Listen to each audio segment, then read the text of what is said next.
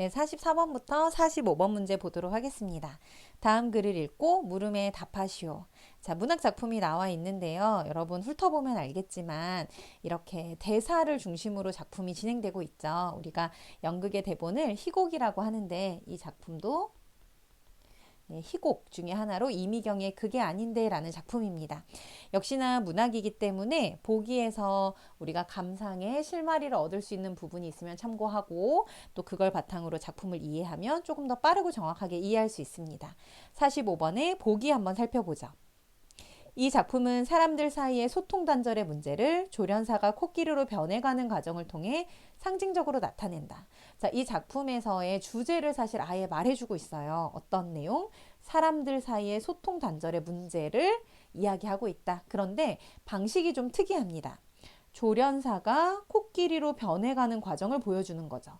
매우 상징적이겠네요. 사람이 어떻게 동물로 바뀔 수 있겠어요? 그런데 그 바뀌는 과정의 핵심이 바로 무엇이라고요? 사람들 사이에 소통이 단절되는 문제가 있다고요. 자, 조련사는 상대가 자신만의 논리를 일방적으로 강요하는 것에 답답함과 무력감을 느낀다. 그래서 소통이 안 되는 것이겠죠? 결국 조련사는 자기 생각을 버리고 타인의 의지에 맞추어 순응하는 수동적인 처지가 된다.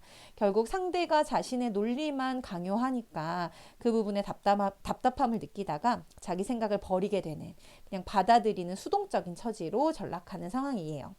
조련사가 코끼리가 되는 결말은 그가 회복 불가능한 단절 상황에 놓이게 되었음을 의미한다. 그래서 소통 단절의 모습을 이렇게 회복 불가능한 단절 상황으로 이제 드러내고 있다고 볼 수 있습니다. 자, 그럼 이 내용들이 작품에서 어떻게 표현되고 있는지 우리 한번 구체적으로 살펴보죠. 자, 앞부분 줄거리. 동물원의 코끼리들이 도심으로 탈출했다.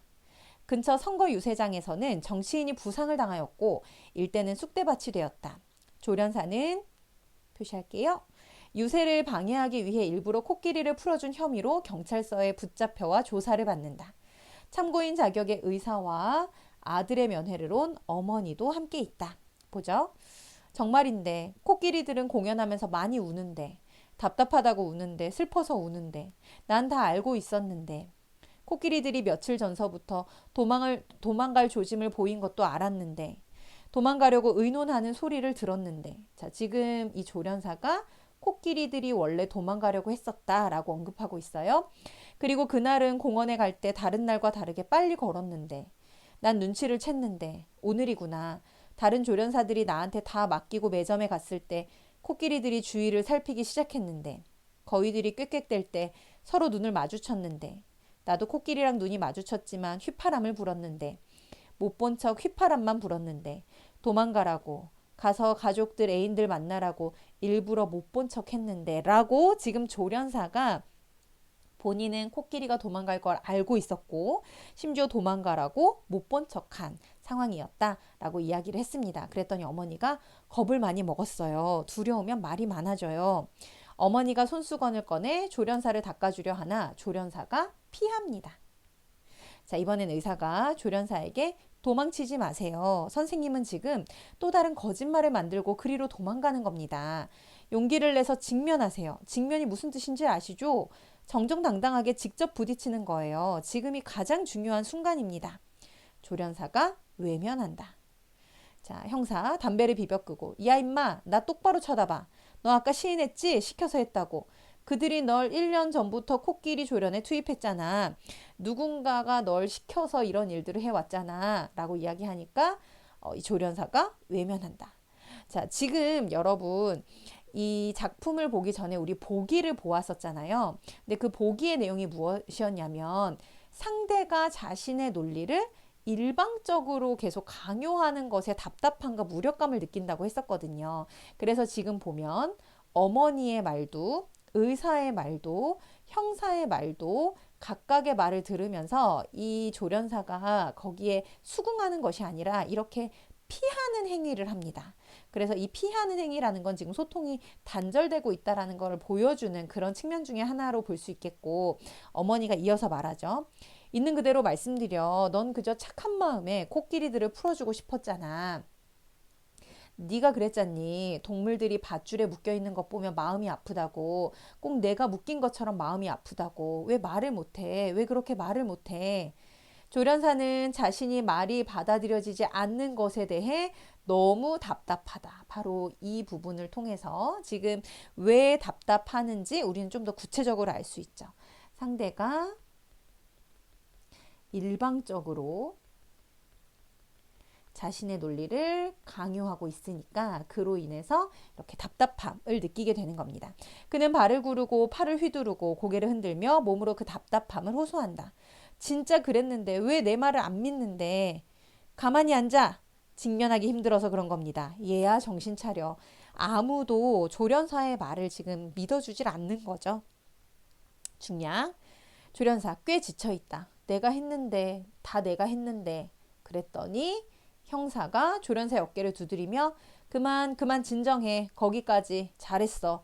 오후에 기자단이 오면 나한테 했던 말을 그대로 하면 돼.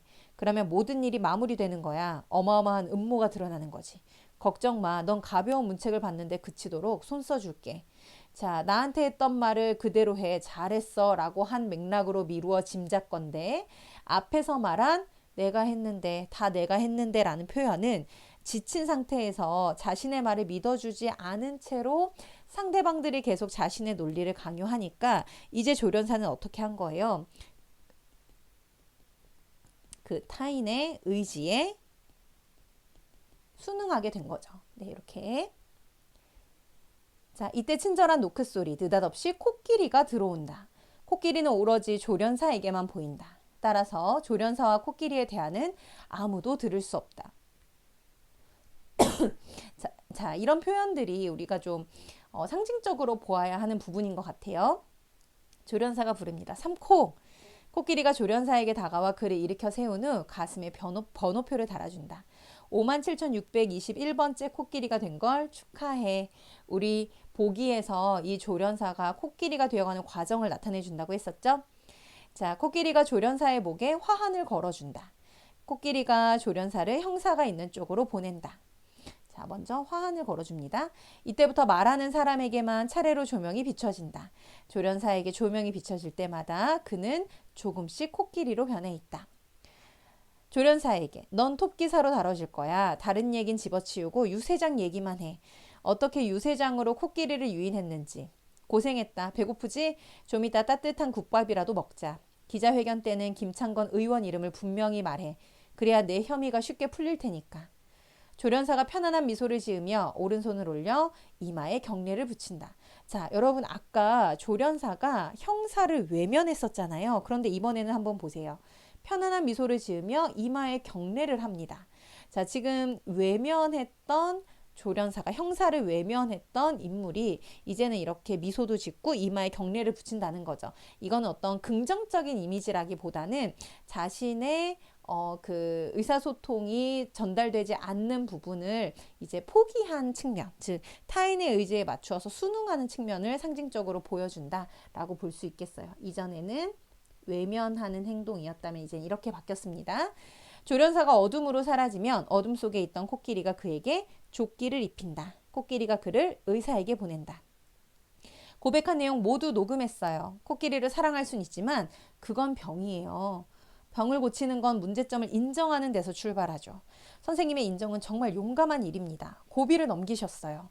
선생님께도 곧 진짜 애인이 생길 수 있습니다. 코끼리가 아닌 진짜 여자. 조련사가 행복한 미소를 지으며 감사의 인사를 정중하게 한다.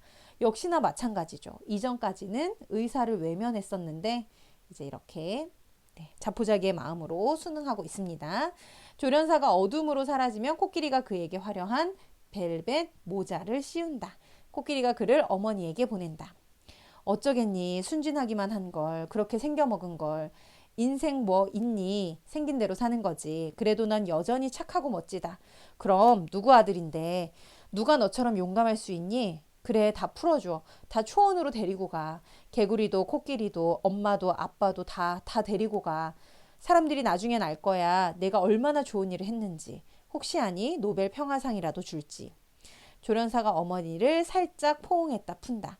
역시나 이 조련사가 이전에는 어머니를 피했었거든요. 그런데 이제는 이렇게 포옹하고 있습니다. 조련사가 어둠으로 사라지면 코끼리가 그에게 커다란 코가 붙어있는 머리를 씌워줍니다. 어느새 조련사는 이제 코끼리와 똑같은 형상을 갖추게 되는 거죠. 즉 조련사가 코끼리가 되는 모습을 보여주고 있습니다. 자, 조명이 서서히 무대 전체를 비춘다. 형사, 의사, 어머니는 자신의 의사가 관철된 듯 결의에 찬 박수를 친다. 자신의 뜻대로 된 거죠. 박수 소리가 점점 커져 우레 같은 박수 소리가 된다. 마치 서커스를 보려고 몰려든 관중의 박수 소리처럼. 조련사와 코끼리는 형사, 의사, 어머니 사이를 돌며 쇼를 시작한다. 자, 조련사가 곧 코끼리가 됐기 때문에 즉 쇼를 하는 수동적인 처지로 조련사도 전락했음을 이렇게 상징적인 모습으로 드러내주고 있습니다. 자, 그러면 44번 문제 한번 살펴보죠. 윗글을 이해한 내용으로 적절하지 않은 것을 고르라고 했어요. 1번. 조련사는 코끼리들이 동물원에서 탈출하려는 모습을 보고도 방관했다고 말했다. 그래서 앞에 이 부분 보면 조련사가 이야기했었죠. 나는 도망갈 걸 알고 있었지만 내가 도망가라고 이렇게 일부러 못 본 척했다. 그래서 방관했다라는 첫 번째 선지는 적절하다고 볼 수 있겠습니다. 2번. 형사는 조련사에게 배후 세력의 지시를 받았다는 것을 인정하라고 다그쳤다. 자, 형사의 발언을 보면 여기에 그들이 널 1년 전부터 코끼리 조련에 투입했잖아. 그러니까 누군가가 이런 일이 발생하도록 즉 너에게 이렇게 시킨 배후 세력이 있는 거잖아. 라고 말하고 있는 부분이기 때문에 두 번째 선지도 적절하겠습니다. 세 번째, 어머니는 조련사가 한 행동의 원인을 조련사의 심리나 성품에서 찾았다라고 했는데 이 어머니의 발언을 보면 그래, 넌 그저 착한 마음에 그렇게 한 거잖아. 그러니까 너의 어떤 심리적인 모습에서 그렇게 한 거잖아. 그리고 또 이 부분 보면 밑에 아이고 그래 너가 순진해서 그런 거잖아. 즉 너의 어떤 심리나 성품에서 너가 그런 행동을 한 거잖아 라고 설명하고 있기 때문에 3번도 적절합니다. 4번에 의사는 조련사의 말과 행동을 병과 연관지어 해석했다고 했는데 왼쪽에 보면 의사의 발언 중에 이렇게 나오죠. 코끼리를 사랑할 수는 있지만 그건 병이다. 그래서 병이라고 연결지어서 설명하고 있습니다. 자, 마지막 5번. 형사, 의사, 어머니는 서로 의견을 교환하며 조련사를 설득할 방법을 모색한다고 했는데요. 3명이 의견을 교환한 적은 없기 때문에 정답은 5번이 되겠습니다. 자, 45번 마지막 문제. 보기를 바탕으로 윗글을 감상한 내용으로 적절하지 않은 것을 고르라고 했고요. 3점짜리 문제입니다. 첫 번째, 조련사가 어머니의 손길을 피하고 처음에 의사와 형사의 말을 외면하는 것에서 소통이 단절된 상황을 엿볼 수 있군.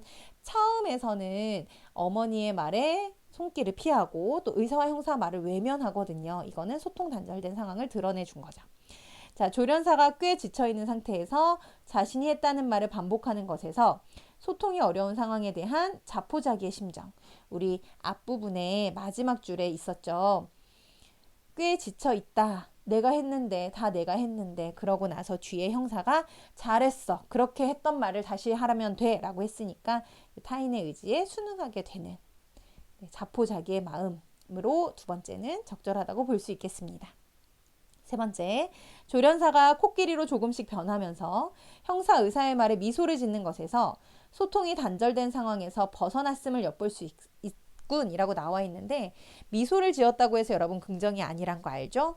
이 단절된 상황에서 벗어난 게 아니라 오히려 코끼리로 조금씩 변한다는 것은 더 수동적인 처지로 전락한다는 뜻이기 때문에 소통이 단절된 상황이 더 심화된다고 볼 수 있겠어요.